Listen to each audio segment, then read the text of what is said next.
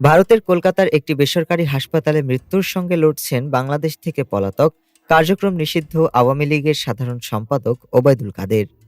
সংকটাপন্ন অবস্থায় তাকে ভেন্টিলেশনে রাখা হয়েছে। তবে হাসপাতাল সূত্র জানিয়েছে, নতুন করে আর কোনো চিকিৎসা দেওয়ার সুযোগ নেই। এমন অবস্থায় পরিবারের সিদ্ধান্ত অনুযায়ী তাকে হাসপাতাল থেকে কলকাতার নিজ বাসায় ফিরিয়ে নেওয়ার প্রস্তুতি চলছে। হাসপাতাল কর্তৃপক্ষ জানায়, বাড়িতেই চিকিৎসক, লাইফ সাপোর্ট ও প্রয়োজনীয় চিকিৎসা সুবিধার মাধ্যমে ওবায়দুল কাদেরকে রাখা হবে। তার বর্তমান শারীরিক অবস্থা অত্যন্ত ঝুঁকিপূর্ণ বলেও জানানো হয়েছে। জুলাই গণঅভ্যুত্থানের পর ভারতে পালিয়ে যাওয়া ওবায়দুল কাদের দীর্ঘদিন ধরেই বার্ধক্যজনিত নানা জটিলতায় ভুগছিলেন। বেশ কিছুদিন তিনি শয্যাশায়ী ছিলেন এবং কলকাতার নিউ টাউনের বাড়িতেই অক্সিজেন সাপোর্টে রাখা হয়েছিল তাকে। হঠাৎ করে 2 জানুয়ারি শুক্রবার তার শারীরিক অবস্থার মারাত্মক অবনতি ঘটে। প্রায় সংজ্ঞাহীন অবস্থায় তাকে দ্রুত কলকাতার বাইপাস এলাকার অ্যাপোলো হাসপাতালে ভর্তি করা হয়। হাসপাতালে নেওয়ার পরপরই তাকে ভেন্টিলেশনে রাখা হয়। তখন হাসপাতাল সূত্র জানায়, চিকিৎসায় সামরিক সাড়া মিললেও তার অবস্থা ছিল অত্যন্ত সংকটজনক।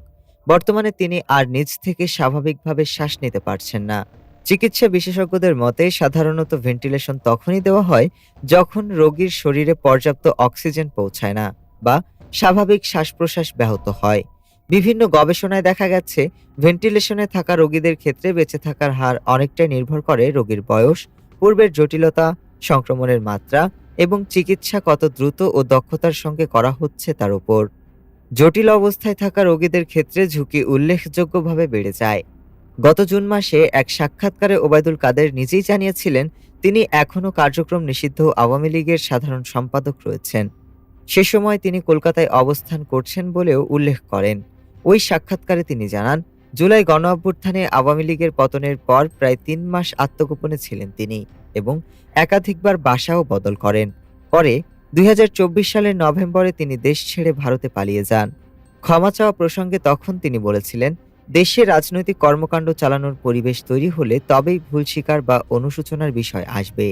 রাজনৈতিক জীবনে ওবায়দুল কাদের দীর্ঘদিন আওয়ামী লীগের গুরুত্বপূর্ণ পদে ছিলেন। 2016 সালের অক্টোবর থেকে তিনি দলটির সাধারণ সম্পাদকের দায়িত্ব পালন করে আসছিলেন। 2011 সালের ডিসেম্বর থেকে 2024 সালের আগস্ট পর্যন্ত তিনি সড়ক পরিবহন ও সেতু মন্ত্রণালয়ের দায়িত্বে ছিলেন। নোয়াখালী 5 আসন থেকে টানা 4 বার সংসদ সদস্য নির্বাচিত হয়েছিলেন তিনি। বর্তমানে তার শারীরিক অবস্থার অবনতি এবং চিকিৎসা সীমাবদ্ধ হয়ে পড়ায় রাজনৈতিক অঙ্গনেও নতুন করে আলোচনা শুরু হয়েছে। ভেন্টিলেশনে থাকা এই প্রভাবশালী নেতার ভবিষ্যৎ নিয়ে এখন অনিশ্চয়তা বাড়ছে।